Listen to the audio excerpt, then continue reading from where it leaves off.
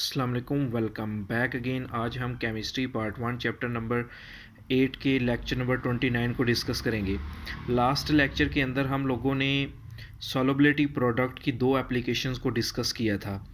आज बेटा जो हमारा है वो लास्ट एप्लीकेशन है और वो ये है रिलेशनशिप बिटवीन के एस पी एंड सॉल्युबिलिटीज़। इसके अंदर दो तरह की एप्लीकेशंस आती हैं, इसको गौर से समझिएगा। ये न्यूमेरिकल्स के लिए बहुत ज़्यादा इम्पोर्टेंट है और इस चैप्टर में ज़्यादातर बोर्ड और एंट्री टेस्ट दोनों में इन्हीं टॉपिक में से न्यूमेरिकल्स आते हैं और किस तरह से सॉल्व करने हैं वो हम सीखते हैं। तो इसको गौर से सीखने की कोशिश कीजिएगा। अगर इस टॉपिक की समझ लग गई तो न्यूमेरिकल आप लोग खुद करने के काबिल हो जाएंगे। वो कहता है कि के एस पी और सॉल्युबिलिटीज़ का आपस में रिलेशन क्या है। पहला वो कहता है कि डिटर्मिनेशन ऑफ के S P from the solubility. इसका मतलब क्या होगा? इसका मतलब ये हुआ कि अगर हमें किसी सॉल्ट की सॉल्युबिलिटी दे दी जाए तो हम उसकी के एस पी या हम उसकी सॉल्युबिलिटी प्रोडक्ट मालूम कर सकते हैं। अब किस तरह से मालूम कर सकते हैं बेटा, देखो यहाँ मैं दो एग्जांपल से आपको समझाने की कोशिश करूँगा। एज इट इज़ इसको समझिएगा, न्यूमेरिकल्स में हमें ऐसे ही करना है। वो कहता है फ़र्ज़ करते हैं पहली एग्जांपल ये है, हमारे पास एक साल्ट है CaF2, उसको वाटर में डालते हैं, वो हमारे पास आयोनाइज होता है, Ca पॉजिटिव 2 आइंस देता है, 2F नेगेटिव आइंस देता है। अच्छा, यहाँ पे थोड़ी सी बात इसको ना सीखने की कोशिश कीजिएगा। वो कहता है कि ये जो नीचे मैंने रेड के साथ सॉल्युबिलिटी लिखी है ना बेटा, ये मैंने टाइम एक्विलिब्रियम पे लिखी है। जब टाइम क्या था बेटा? एक्विलिब्रियम पे। ठीक हो गया।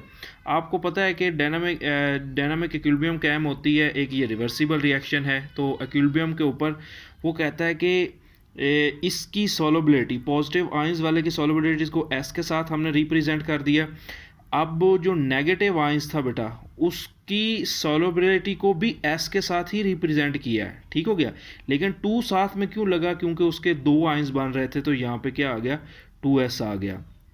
यहाँ से ही बच्चे गलती करते हैं। आगे वो कहता है कि हाँ, हम सीख चुके हैं कि एस पी किसके बराबर है। कि एस पी वो कहता है कि आपके पास product of molar concentration of ions, कि इस आयंस प्लस जो दूसरा नेगेटिव आयंस बना उन दोनों को मल्टीप्लाई करें। अब हम ये भी सीख चुके हैं कि ये जो कोएफिशिएंट होता है यहाँ पे क्या आ जाता है? पावर में आ जाता है। आगे आपके पास ये स्टेप में ज़्यादातर बच्चे गलती कर जाते हैं, इस स्टेप के अंदर। अब इस पर बेटा मैंने उनकी सॉल्युबिलिटीज़ को वैल्यूज़ दर्ज की है, मतलब Ca पॉजिटिव 2 की सॉल्युबिलिटी को मैंने रिप्रेजेंट किया था S के साथ, मैंने वो वैल्यू यहाँ पे दर्ज की है। और मैंने F, देखो बेटा F जो नेगेटिव था उसकी सॉल्युबिलिटीज़ को किसके साथ रिप्रेजेंट किया है? 2S के साथ। और ऊपर ये वाली जो पावर थी बेटा, ये पावर मैंने यहाँ पे लिखी है। तो नेक्स्ट स्टेप के अंदर कुछ नहीं किया बेटा, ये ब्रैकेट्स का मतलब मल्टीप्लाई होता है, S मल्टीप्लाई बाई 2 2 ज़ार कितना हो गया बेटा? 4 हो गया, और साथ में S स्क्वायर। फिर आगे मैंने मल्टीप्लाई किया 4S, ये 2 थी और एक पावर इसकी मिलकर क्या बन गया? 4S cube.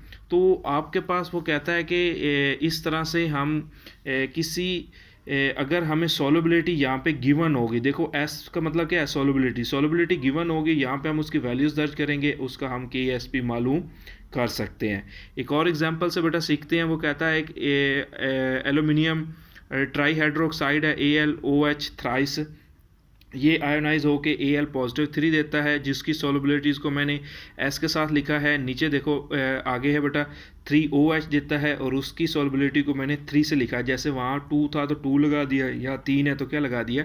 3 लगा दिया। आगे बेटा दोनों के आयंस को की मल्टीप्लिकेशन की है, चूंकि इसके साथ 3 है इसलिए इसकी पावर में क्या चला गया? 3 चला गया। अब इस Al पॉजिटिव 3 की जगह पे ये वाला S उसकी सॉल्युबिलिटी, और इस OH की जगह पे 3S। ठीक हो गया। देखो उसकी पूरे के हमने यहाँ पे 3S लिखा है, जैसे यहाँ पे 2S था। अब 3S की पावर ये 3 है, नेक्स्ट में मैंने ऊपर ये पावर 3 लिख दिया। नेक्स्ट स्टेप के अंदर मैंने कुछ नहीं किया, ये S वैसे का वैसा लिख दिया है। अब 3 की पावर 3 का मतलब होता है 3 को 3 बार मल्टीप्लाई करना, 1 2 3, 3 3 ज़ार 9, 9 3 ज़ार 27, तो इसलिए मैंने यहाँ पे 27 लिख दिया। आगे S की पावर क्या थी बेटा? 3, 3 पावर ये और 1 पावर ये मिलकर कितने बन गए? 4। तो वो कहता है इस तरह से क्या बन गया? 27S की 4। तो हमें पता चल गया कि इस वे में अगर बेटा हमें सॉल्युबिलिटी किसी भी सॉल्ट की गिवन होगी तो हम इस तरह से फार्मूला लगा के हम उसकी KSP या उसकी सॉल्युबिलिटी प्रोडक्ट मालूम कर सकते हैं। ये था कि रिलेशन आपके पास KSP और सॉल्युबिलिटी का। अब इसका रिवर्स गियर भी लग सकता है इन्हीं फार्मूलाज में से। देखें बेटा, वो कहता है कि अगर KSP दे दी जाए तो क्या हम सॉल्युबिलिटीज़ मालूम कर सकते हैं? बिल्कुल मालूम कर सकते हैं, यही फार्मूलाज बेटा लगाएंगे। वो कहता है वो कैसे करेंगे? देखो, एक पहली वही एग्जांपल्स मैंने दोनों लिए हैं ताकि आप अच्छे से समझ सकें। पहली एग्जांपल को सारे को मैंने सॉल्व किया है जैसे अभी मैंने ऊपर आपको समझाया है। तो वो हमारे पास किसके बराबर आया है? वो फाइनल इक्वेशन बेटा आपके पास ये आती थी। वो इक्वेशन ये है आपके पास के KSP किसके बराबर है बेटा? वो है 4s का क्यूब, इसके बराबर है। अब यहाँ पर वो कहता है कि KSP की वैल्यू गिवन है बेटा, इसकी वैल्यू क्या है? गिवन है। हमें क्या मालूम करना है? हमें सॉल्युबिलिटी निकालनी है। ठीक हो गया। इसके लिए वो क्या कहता है बेटा? अब देखो 4 इधर मल्टीप्लाई हो रहा है, दूसरी साइड पे KSP की चूँकि वैल्यू गिवन है, इधर मल्टीप्लाई हो रहा है, दूसरी साइड पे जा क्या करेगा? डिवाइड करेगा। और ये किसके बराबर बन गया? s का क्यूब बन गया। ठीक हो गया। अब हमें सॉल्युबिलिटी निकालनी है बेटा, जितनी पावर होगी उसका हम उतना ही इन्वर्टेड ले लेंगे। मतलब 2 पावर होगी तो दोनों साइड पे 1/2 के साथ मल्टीप्लाई कर देंगे, इधर भी 1/2। चूँकि यहाँ पे 3 है इसलिए इधर बेटा 1/3 के साथ मल्टीप्लाई कर दिया, इधर भी कर दिया। तो क्यूबिक रूट हम मालूम कर लेंगे, ये कट गया। तो वो कहता है कि इस तरह से इस जो हमने बेटा इक्वेशन ली है कि वो कहता है ये अब फार्मूला बन जाएगा रीअरेंज करके कि हम सॉल्युबिलिटी मालूम कर सकते हैं अगर इस साल्ट की हमें KSP गिवन होगी। अब नेक्स्ट बेटा दूसरा ये वही केमिकल रिएक्शन है ये वाला, उसकी देखो डायरेक्टली मैंने लिखी है क्योंकि उसका KSP की इक्वेशन ये हमने निकाली थी। ठीक हो गया। ये पूरा प्रोसेस जैसे ये किया हुआ है मैंने फिर से नहीं किया क्योंकि वो ऊपर ये सारा का सारा मैंने आपको करके सिखाया है। एंड पर बेटा बस मुझे ये इक्वेशन फाइनल आती थी, मुझे ऐसे निकालना है, मतलब सॉल्युबिलिटी निकालना है। 27 मल्टीप्लाई हो रहा है, दूसरी साइड पर जाके क्या करेगा? डिवाइड करेगा। और जैसा कि अभी मैंने आपको सिखाया यहाँ पे पावर 3 थी इसलिए 1/3 के साथ मल्टीप्लाई किया, इधर 4 है तो 1/4 के साथ करेंगे तो इसकी इक्वेशन ये बन जाएगी। अच्छा, एक तरीका तो है बेटा ये वाला कि हम न्यूमेरिकल्स ऐसे निकालेंगे। अब इस तरीके से न्यूमेरिकल्स मैं आपको सिखाऊंगा। ठीक हो गया। अब एक नेक्स्ट बेटा एक और पैटर्न है मेरे पास, वो एंट्री टेस्ट के अंदर है बच्चों को सिखाने के लिए, क्योंकि वहाँ पे ये एक लंबा प्रोसीजर होता है। यहाँ देखो आपके बोर्ड में 4 नंबर का लॉन्ग क्वेश्चन इन 2 पैटर्न से सॉल्व होगा। ठीक हो गया। तो अब देखें एंट्री टेस्ट में तो इतना टाइम भी नहीं होता सॉल्व करने के लिए, ना आपको खाली पेज मिलेगा। तो वहाँ एक ट्रिकी चीज़ मैंने आपके लिए बनाई है ताकि आपको समझ लग जाए, न्यूमेरिकल्स सॉल्व हो जाएगा। ठीक हो गया। तो वो एक ट्रिकी चीज़ है, उसकी तरफ आप बेटा मूव करते हैं। ट्रिकी चीज़ बेटा ये है, वो कहता है कि एंटी टेस्ट के लिए अब इस इक्वेशन को समझने की कोशिश कीजिएगा। जिसको इस इक्वेशन की समझ आ गई वो उसकी KSP मतलब के फार्मूला बनाना सीख जाएगा। देखो अगर KSP निकालने का फार्मूला जैसे अभी मैंने आपको सिखाया है, ठीक हो गया, तो डेफिनेटली सॉल्युबिलिटी तो उससे निकल जाएगी। अब ये क्या है, इसको थोड़ा सा गौर से समझिएगा। वो कहता है कि एक जनरल इक्वेशन बेटा मैंने लिखी है AX, ये याद रखिएगा जो AX है ये होगा कैटाइन। ये क्या होगा बेटा? कैटाइन। और BX हमारे पास क्या होगा बेटा? एनाइन। एनाइन के ऊपर आपको पता है बेटा नेगेटिव चार्ज होता है और कैटाइन के ऊपर क्या होता है? पॉजिटिव होता है। ये पानी के अंदर साल्ट है बेटा, मिसाल के तौर पे ये आयोनाइज होकर देता है XA पॉजिटिव Y। ये पॉजिटिव Y इसलिए बस आपको शो करने के लिए बताया है कि ये कैटाइन है। और ये आपके पास दूसरा क्या बनता है बेटा? एनाइन बनता है। इसका KC निकालें। जैसे अभी लास्ट एग्जाम्पल के अंदर मैंने आपको सिखाया KC बेटा आपके पास ये सारी की सारी प्रोडक्ट है और बटे में क्या बन जाएगा? रिएक्टेंट। अब देखो यहाँ पे स्मॉल x और ये वाले स्मॉल y इसके कोएफिशिएंट हैं या मोल्स हैं, और हमने पढ़ा हुआ है कि आपके पास कोएफिशिएंट ये जो मोल्स होते हैं इसको हम पावर्स में लिखते हैं। ये देखो यहाँ पर इनको मैंने पावर्स में रिप्रेजेंट कर दिया है। क्लियर? अब नीचे वाला साल्ट मैं आपको सिखा चुका हूँ वेरी प्रीवियस लेक्चर के अंदर कि ये इसकी कंसंट्रेशन ये बहुत कम आयोनाइज होता है, तो ये आपके पास दूसरी साइड पे चला जाता है। और दूसरी साइड पे बेटा हमारे पास जो प्रोडक्ट ऑफ आइंस रह जाती है जो कि ये है, और ये हमने लास्ट भी मैं आपको सिखा चुका हूँ कि ये दोनों मल्टीप्लाई को KSP के बराबर आते हैं। अच्छा, इसी चीज़ को मैं यहाँ एक एग्जांपल से समझाता हूँ, इससे जल्दी आपको समझ आ जाएगा। ठीक हो गया। मैं कहना क्या चाहता हूँ, Al2O3, यहाँ पे ज़रा गौर से देखो बेटा, जो 2 है ना वो वहाँ पे X है, ठीक हो गया, और यहाँ पे जो 3 है ना वो वहाँ पे क्या है बेटा, Y है। ये दूसरी साइड पे बेटा आयोनाइज होके ऐसे चला जाता है, 2Al positive 3 plus 3O negative 2, ठीक हो गया। अब यहाँ पर बेटा जो जो एक्स और वाई मैंने लिखे हैं ना, ये यहाँ पे ये वाले हैं बेटा, ये देखो 2 और 3, जैसे अभी मैंने बेटा यहाँ पे आपको सिखाए हैं, ठीक हो गया। वो कहता है इसका डायरेक्टली अब के सी मैंने लिखना है, ये देखो ए की जगह पे क्या आ गया बेटा, ए एल, ठीक हो गया। मतलब जो ए मैंने रिप्रेजेंट, वो तो जर्नल क्वेश्चन थे, समझाने के लिए था। वहाँ पे क्या आ गया बेटा, ए एल प्लस 3, चूंकि बेटा ये तो आपके पास चार्ज है, वहाँ पे उसका चार्ज पॉजिटिव वाई से रिप्रेजेंट किया था, ये देखे बेटा उसका चार्ज पॉजिटिव वाई के साथ रिप्रेजेंट किया था, यहाँ पर मैंने पॉजिटिव 3, चूंकि इसका आ इतना रहा है, ठीक हो गया।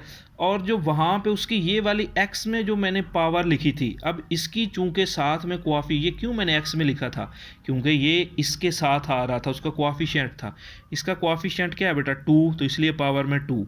आगे बेटा इसी तरह से ये जो b है, b की जगह पे क्या आ गया बेटा, b की जगह पे अब ये o है, वो मैंने यहाँ पे नीचे लिख दिया है। नेगेटिव 2, ये उसका जो वहाँ पे आपके पास बेटा नेगेटिव x चार्ज था, यहाँ पे उसका नेगेटिव 2 है, ऊपर लिख दिया। और ये वाला y जो पावर में है, ये वाला y था जो कोएफिशिएंट था, इसका जो 3 कोएफिशिएंट है ये पावर में मैंने यहाँ पे राइट कर दिया। तो इस इक्वेशन को बेटा आप समझने की कोशिश करिएगा, आपको समझ लग जाएगा कि आपने कि मतलब कि ये जो x और y होते हैं ये एक्चुअली कोएफिशिएंट को ही रिप्रेजेंट कर रहे होते हैं। आप लोग ना ये ऊपर वाले फर्जी चार्ज हैं, यहाँ पे पॉजिटिव 3 है, वो वहाँ पे आप उसको x ना भी लिखो, उसको कोई और नाम दे दो, TZ दे दो, ताकि आपको पता चल जाए। आपने ये वाले x y याद रखने हैं, क्योंकि ये कोएफिशिएंट बनते हैं और कोएफिशिएंट्स को पावर में लिखना होता है। बाकी चार्जेस तो बेटा हर इक्वेशन के अपने डिफरेंट होंगे। एल्यूमिनियम को पॉजिटिव 3, अगर सोडियम होता तो उसको पॉजिटिव 1 होना था, ठीक हो गया। हमें कोएफिशिएंट पे फोकस करना है, क्योंकि क्वेश्चन में ये आते हैं। अब के एस पे निकालने का बेटा ये वाला जो है ना ट्रिक है, ये एंट्री टेस्ट के लिए यहाँ पर मैंने एक फार्मूला बना के लिखा है।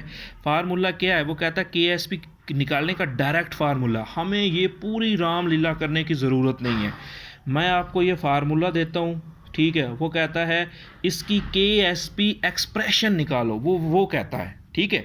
देखो अभी मैंने आपको सारा इसी लेक्चर में सिखा के आया हूँ, इस मेथड के साथ हम 1 बाय 1 जब सारा करते हैं, इस मेथड से मैंने आपको सिखाया। तो किसके बराबर आता था, के एस पी मैंने निकाली थी 4s का क्यूब, ठीक हो गया। अब ये 4s का क्यूब मैंने इस फार्मूला में फिट करके निकालना है, और कैसे निकालते हैं, तो आइए इस फार्मूला में फिट करके ये वाली एक्सप्रेशन निकालते हैं। x यहाँ पे क्या है बेटा, अब थोड़ा सा यहाँ पे गौर कीजिएगा, x यहाँ पे है, ये देखें ये pb है ना, इसके साथ कुछ नहीं है, तो इसके साथ क्या होगा 1, ठीक हो गया। और f2 के साथ तो जो यहाँ पे y है वो तो 2 उसके साथ लिखा हुआ है। अगर यहाँ से नहीं समझ आती तो आप यहाँ खोल के लिख लें, इसके साथ 1 है, मतलब कोएफिशिएंट को ही रिप्रेजेंट करना होता है। तो डायरेक्टली अब मैं लिखने लगा हूँ x की जगह पे 1 की पावर ऊपर क्या लिखा हुआ है, x की पावर x, मतलब जो नीचे 1 की पावर 1 मल्टीप्लाई बाई, आगे y की पावर y यहाँ पे क्या है 2 की पावर 2 मल्टीप्लाई, आगे s के ऊपर क्या है x जमा y, मतलब जो x जमा y है, x क्या है 1, y क्या है 2, इन दोनों को जमा कर लो बेटा, आपको 1 + 2, तो आंसर क्या आ गया बेटा 1 1 ज़ार 1 मल्टीप्लाई बाय 2 2 ज़ार 4, आगे s मल्टीप्लाई बाय s की पावर 1 और 2 मिलकर कितने बन गए 3। तो देखो फाइनल इक्वेशन जो बनी है वो क्या बन गई है 4s का क्यूब।